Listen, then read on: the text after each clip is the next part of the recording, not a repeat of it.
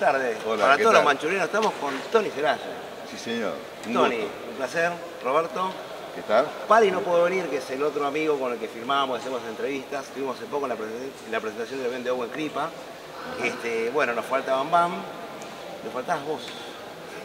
Tony, ¿quién sos? ¿Qué hiciste? ¿Dónde estuviste? Contanos un poquito. Bueno, muchas gracias. Ante todo, muchas gracias por la invitación, por la charla. Y antes de empezar a hablar nada, quiero agradecer a la gente que trabaja en la restauración de estos aviones, a la gente del museo que está trabajando mucho y fuerte para poder hacer estas cosas y tratando de volverlo a lo original, que realmente es importante, ¿no? Porque saber la historia y verla diferente de que te la cuenten. Claro, entonces, por eso quiero agradecer a toda la gente que está trabajando en esto y que hoy me ha invitado a participar del evento.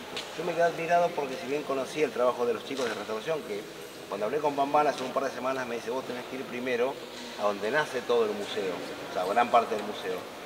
Me dice, a conocer a los chicos que trabajan y lo dejan todo y gratis. Y recibiendo donaciones, ¿no? Sin cobrar un sueldo, lo hacen por amor. Eso es lo que hay que resaltar, por ese amor. trabajo. Y ellos cuando los entrevisté a Marcia y a muchos de los chicos, humildemente decían, no, pero nuestro trabajo, es heroico también, porque están restaurando fierros, máquinas, ¿sí? Que lo dieron todo por la patria, la máquina que dieron ustedes, ¿no? Pero para ponerlas en valor nuevamente y que la gente las conozca. Claro. Así que bueno, yo te dejo un ratito solo, sin miedo, sin vergüenza, contanos lo que vos quieras. ¿Qué avión es este, te pregunto? Bueno, ¿Qué avión? Una 4B. Una 4B. ¿Lo piloteaste a 4 vos? Un poquito, 10 10 años. años. ¿No? 10 años. Bueno, te dejo contanos vos, dale, contanos vos. Bueno, mira, la historia con el A4 comienza realmente en el año 66. En el año 66 yo estaba estudiando para ingresar a la Escuela de Aviación y justamente ese año se celebraba el sesquicentenario de la independencia argentina. Entonces el gobierno de esa época, Onganía, decidió hacer en Tucumán todas las fiestas más grandes conmemorando precisamente el sesquicentenario de la declaración de la independencia.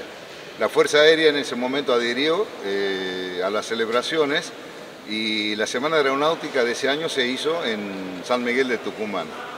Y como gran primicia, el primer lugar de la Argentina donde aterrizaron los A4, que era la primera camada que venía en el año 66, lo hicieron en Tucumán. Aterrizaron en el aeropuerto de Benjamín Matienzo, que en esa época era el viejo aeropuerto, y se quedaron un par de días en Tucumán. Como estudiante, para tratar de entrar a la escuela, fui hasta el aeropuerto a visitar y ver los aviones, y los pilotos me recibieron y me trataron muy bien. Inclusive me dejaron subir a la cabina en ese momento. Tenía 16, 17 años yo en esa época. Subí a la 4 y a mí mismo me dije, este avión lo tengo que volar. Y bueno, ingresé a la escuela y resulta que a los 6 años ya estaba volando el A4B. Yo llegué a volar el A4B en el año 73 y realmente fue un placer. Tuve el gusto y el honor de volar este avión durante 10 años. Eso me permitió que en mi historia tenga más de 1600 horas en el avión. Realmente lo quiero mucho, es una parte de mi vida muy importante.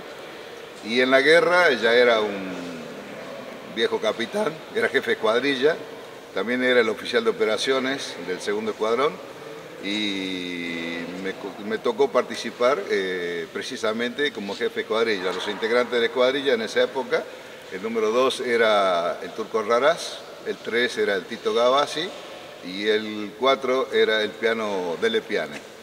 Con ellos compartimos las vivencias de la guerra.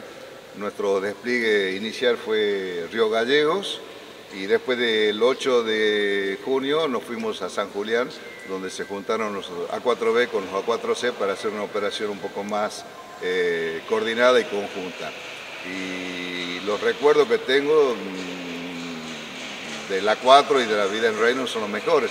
Tenés que tener en cuenta que estuve como alférez, como teniente y después como primer teniente y capitán, o sea que toda mi juventud la pasé arriba de este avión, así que los mejores recuerdos y las mejores enseñanzas, vivencias, las puedo relatar con gran gusto precisamente, ¿no?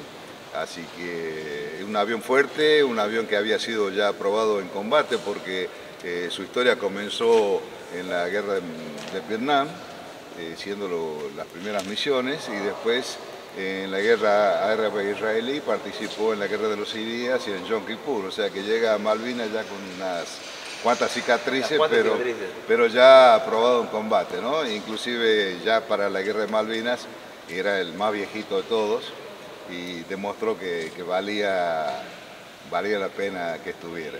Claro, bueno, ustedes fueron los protagonistas que lo piloteaban. Bueno, sí, por eso, pero... Y bueno, y cabe destacar la vida de Reynolds, ¿no? La vida de Reynolds, cosa que después de la guerra tuvimos la visita de Pierre Klosterman, nosotros en la brigada, y él dijo, esta sí que es una unidad de combate, porque Villa Reynolds está en medio de la nada en esa época, o sea, a 8 kilómetros de Villa Mercedes, en San Luis, pero la brigada era toda una sola unidad, porque inclusive las viviendas familiares están al lado de la brigada. Entonces la familia estaba integrada, los pilotos estaban integrados. Una verdadera familia. Una verdadera familia. Todo el mundo volaba el mismo avión, todo el mundo usaba el mismo pañuelo, los pilotos, los mecánicos, los del grupo base, todo el mundo usaba el mismo pañuelo, lo que daba una unidad y una identidad que muchas veces en otros lados no se daba. Porque se volaban de distintos sistemas, entonces realmente eso proporcionaba esa unidad familiar prácticamente. Sí. Inclusive el sábado y domingo el uso del quincho era común, todo el mundo iba a lo mismo, la pileta. La camaradería, digamos. Exactamente, eso permitía una vida plena así de integración. A la gente le gusta saber muchas cosas de lo detrás de escena. Por ejemplo, a mí me gustaría saber cuántos A4 había o llegamos a tener en el momento máximo, digamos, bueno, la compra inicial de A4 fueron 50 aviones. De Estados Unidos vinieron 49, porque se eyectó un piloto en Estados Unidos haciendo un vuelo y quedaron 49. Vinieron 49. Y en la época de la guerra desplegamos a Gallegos con alrededor de 25, 26 aviones, que después algunos se fueron relevando, se sacaron del Río Cuarto, el caso del Tordillo, que me tocó llevarlo para el sur, se fueron renovando algunos aviones, pero siempre fue alrededor de 25. El otro día le preguntaba a Marcelo, que justamente estuvimos en la parte del museo, ¿de dónde tenían estos aviones? Porque estos aviones no aterrizaron en Malvinas. No, por eso digo, nosotros operábamos en principio de Río Gallegos y de San Julián. Este avión tiene la característica que puede ser reabastecido en vuelo, o sea que con el Hércules nos daban combustible a nosotros, lo que nos proporcionaba una autonomía que para el combustible y la autonomía para el avión es fundamental, más teniendo en cuenta que vos tenías 400 millas de agua, o sea que el regreso debía ser obligadamente al continente, no se podía prever... Y rápido también, por si alguno... Y sí, pero más que todo no se podía prever un aterrizaje de emergencia en ningún lado, como puede ser cuando uno vuela sobre tierra, que por ahí puede prever una pista o algo como para hacer un aterrizaje de emergencia, lo que esto no se daba, ¿no? Así que el reabastecimiento de un vuelo y el trabajo realmente increíble también de la gente que volaba, los reabastecedores, es digno de destacar, ¿no? Impecable. No, sí, realmente. Mucha sincronización. No, y aparte, bueno, nosotros ya teníamos bastante adiestramiento con ellos, porque antes de la guerra ya habíamos probado mucho el reabastecimiento diurno, nocturno. ¿Nocturno también? Sí, hacíamos también nocturno, ¿no? Y te cuento más, en la primera misión del Lepiane hace su primer reabastecimiento en vuelo. En su vida había hecho ningún reabastecimiento. Y en la primera misión de combate real le toca hacer un reabastecimiento y lo hizo perfectamente, realmente muy bien. En cuanto a lo que es, ¿se dice bien sistema de armas que tenía o sistema de armas hacia el avión directamente? Se llama sistema porque siempre es un conjunto de cosas que hacen para que el avión opere, ¿no? ¿Sí? Se llama sistema de armas A4, pero el sistema entra lo que es el mantenimiento. Mucha gente no lo entiende. Yo lo hablaba el otro día con Marcelo, que veíamos los tanques de combustible, que yo sabía que era, pero le preguntaba, Marce, ¿qué es esto? ¿Qué es aquello? Pero para que la gente cuando venga al museo o a una muestra sepa lo que está viendo y que no está viendo un avión literalmente estacionado, ¿no? Digamos. No. Entonces, es un sistema de armas, correcto. ¿Con qué armamento lo utilizaban en Malvinas, por ejemplo? ¿Lo utilizaron ustedes? En Malvinas nosotros al principio lo utilizamos con una bomba de 1000 libras, que era la que teníamos, que no era la más adecuada para el tipo de blanco que nosotros teníamos, que eran los buques de guerra de la Armada inglesa. La bomba no era la más adecuada porque, pero era la que teníamos en ese momento, y era una bomba que estaba, digamos, prevista para ataque a blanco de tierra, una pista, un hangar o cosas por el estilo. Un avión lo perfora, ¿no? Y claro. Perdón, un barco, una fragata. Y lo que pasa es que tampoco sabíamos nosotros que estos barcos de guerra o buques era una nueva generación que hizo la OTAN después de la guerra aeronaval de la Segunda Guerra. Midway, Coral, Guadalcanal demostraron las naves de superficie que eran lentas y con cañones grandes como el del Grano, por ejemplo, que era de esa época, eran muy vulnerables al ataque aéreo. Tanto es así que, bueno, que se hicieron famosos el tema de los kamikazes, que sin tener experiencia. De ahí vino el tema. Y entonces la OTAN desarrolla esta nueva flota con barcos muy rápidos, más ligeros, muy livianos y con mucho armamento para repeler el ataque aéreo. Tanto es así que nosotros, antes de ir a Malvinas, vino un oficial de la Armada a darnos una charla, porque ellos tenían la Santísima Trinidad y la otra que eran iguales, y nos dijeron que estaba previsto que si 8 aviones atacaban, solamente uno iba a poder llegar. Esa era la previsión, pero no tenemos idea de las velocidades, por eso es que la bomba, la primera, sobre todo la de Glasgow, lo atraviesa y explota después. Pasa que también la bomba tiene un sistema, no lo voy a hacer demasiado técnico, pero tiene un sistema de 2 seguros que tiene, 2 retardos.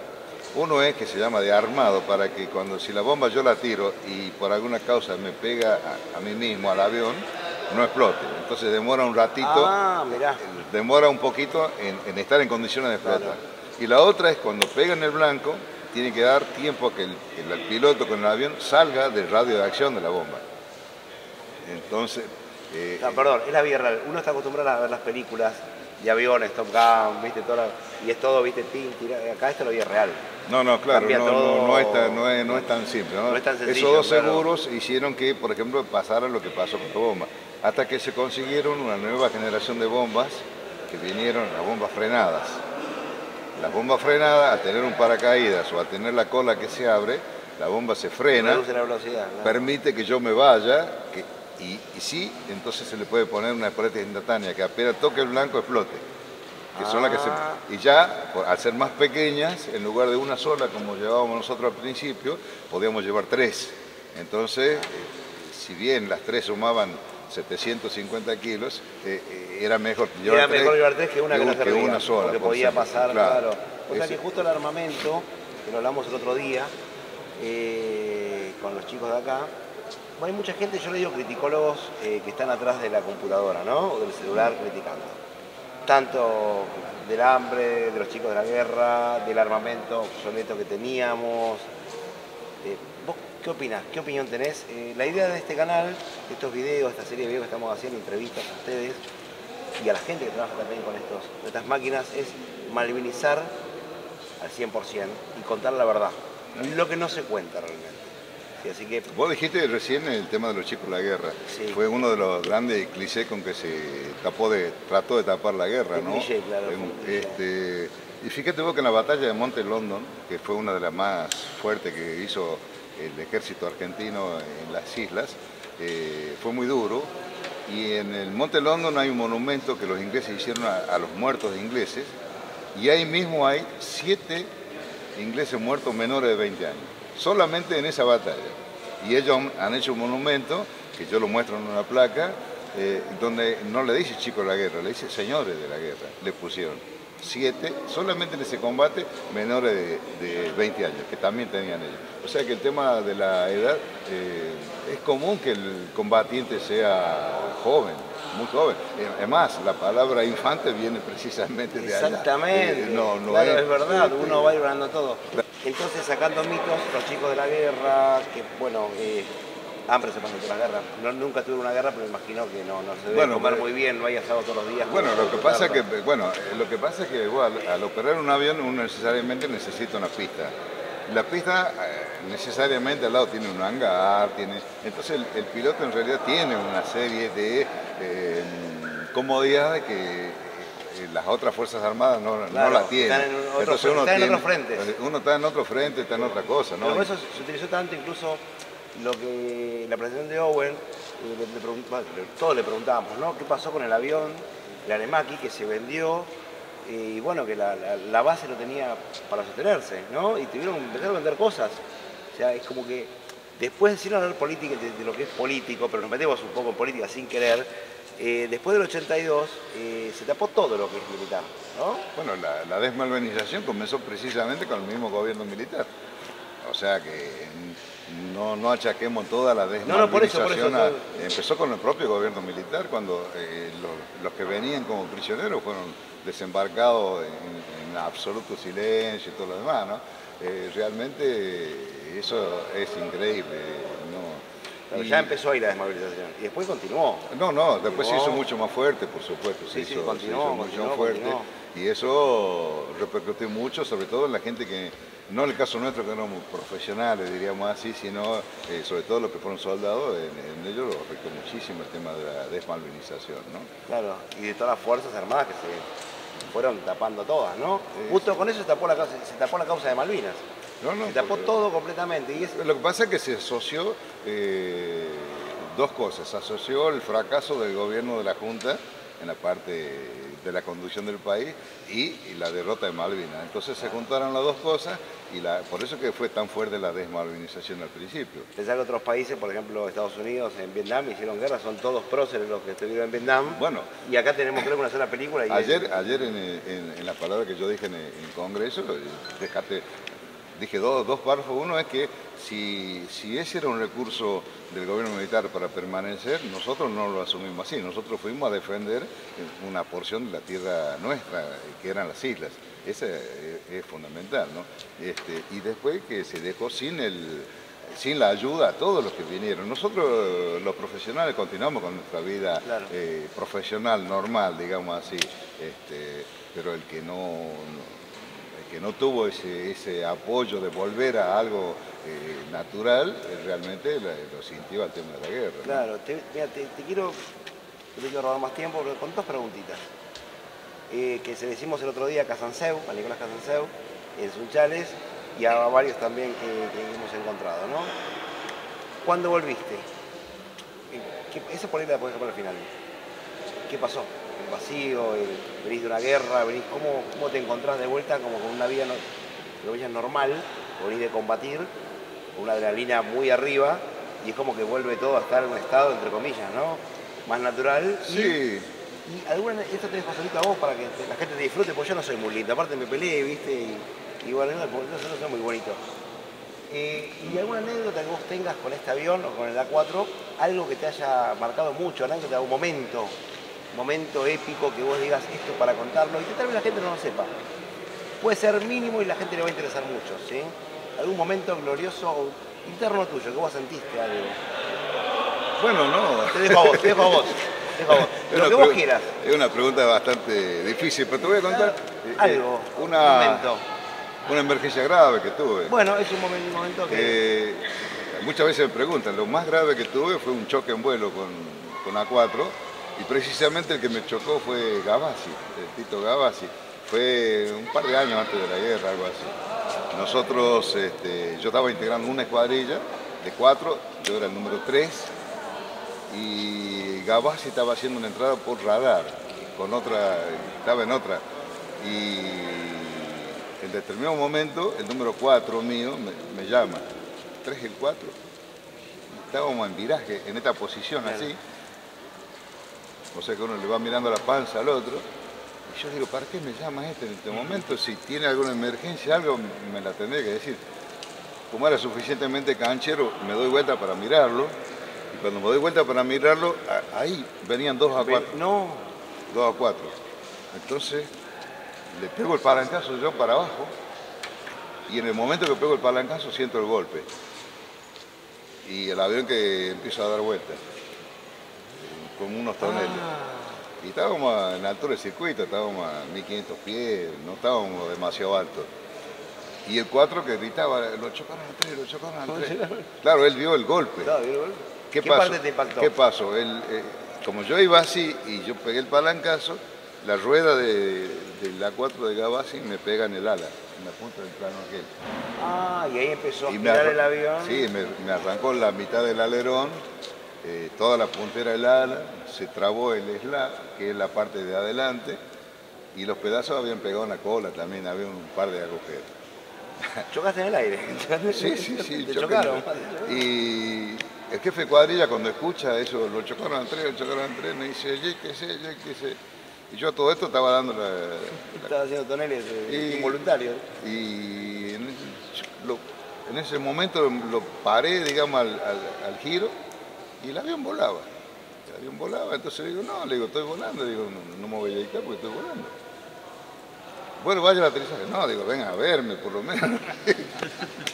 Claro, así que fue el número 1. Cuéntenme cómo estoy, claro. Claro, fue ahí, vino el 1, me formó, y dice, no, tenés esto. Yo ya había visto por el espejito, porque tiene un espejito ahí, girando el espejito, yo ya había visto más o menos que tenía los pedazos ahí. Y me forma y dice, bueno, vamos al aterrizaje. Bueno, aterrizamos, y el drama quedaba con Gavassi, que había perdido todas las ruedas, toda la goma.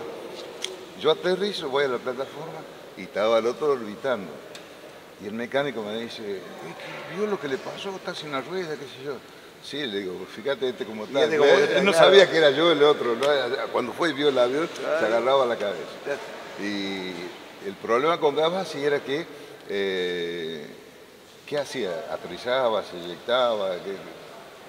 ¿Por qué? Porque el instrumento le marcaba la pata esa en movimiento, o sea que no estaba trabada. Y el manual de emergencia dice que cuando la pata está en movimiento hay que eyectarse, o hay que meterla y aterrizar sin tren sobre los tanques, o directamente eyectarse, no se puede aterrizar así con el rueda en movimiento. Y bueno, el jefe de cuadrón fue a la torre y le preguntaba, porque Gavassi andaba con uno que se llama Ladero, que es el que tiene, que lo va guiando, porque Gavassi estaba haciendo vuelo por instrumento. Llevaba, pues, uno se ponía una visera que te impide ver afuera. Se veía ellos ven solamente el tablero. Y el jefe de cuadrón le preguntaba al Ladero, y dice, ¿pero tiene el tren abajo? Y dice, sí, las rayas rojas están. Las rayas rojas, vea que tienen la rueda, y las rayas rojas están derechas. Entonces está trabado, le decía. Y yo estoy en otro avión, le decía, yo no lo puedo. Y le preguntaban a Gavassi y dice, yo lo tengo en movimiento. Y de nuevo le preguntaban, ¿pero está abajo? Hasta que el último jefe de cuadrón dice, bueno, bajo mi responsabilidad, aterrice como está. Asumió el jefe de cuadrón, que era un señor, y aterrizó Gavassi. Apenas tocó tierra, como no tenía la goma, la masa que es de magnesio, salió una tela que parecía un cometa, pero no pasó nada. Un avión fuertísimo, realmente increíble. O sea, dos aviones, uno roto el ala, el pedazo de alerón. Y los dos aterrizaron. Y los dos aterrizamos y después quedaron. Es para una película. Los dos quedaron en servicio y todo lo demás. Tony, gracias, y te dejo, si querés contar algo y el después. ¿Qué pasó cuando volviste? O sea, cuando terminó el conflicto, ¿vos seguiste en la fuerza? Yo seguí en la fuerza.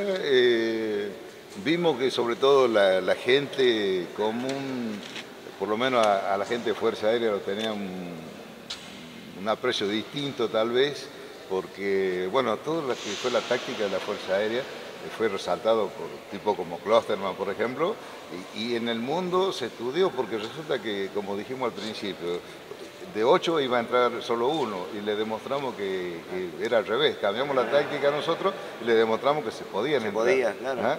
Entonces todo se empezó a estudiar todo de nuevo, hubo modificaciones en la fragata, con helicóptero, con radares, con todo. Eso ocasionó que en el mundo, o por lo menos en la parte aérea, se estudiara realmente las tácticas que se habían empleado, ¿no? En ese sentido, después de la guerra queda un sabor agridulce, en el sentido de que conforme con lo que habíamos hecho, en el sentido que habíamos tratado de hacer las cosas bien. Lo dieron todo. Y que habíamos hecho las cosas más o menos bien. Y la parte amarga, haber perdido la guerra precisamente, ¿no? Eso es todo. Bueno, Tony, inmensamente agradecido. Gracias. Y bueno, a seguir malvinizando, gracias. Y bueno, la próxima vez no me ponga abajo la gotera. Vos sabés que... Me ha puesto justo debajo de la gotera. Yo trataba de correrme, digo que se corra Tony para acá y mirá. Perdón, Tony. Bueno, menos mal que soy piloto, así no hay problema. Que no es boxeador. Gracias. No, piloto por la lluvia. Piloto por la lluvia.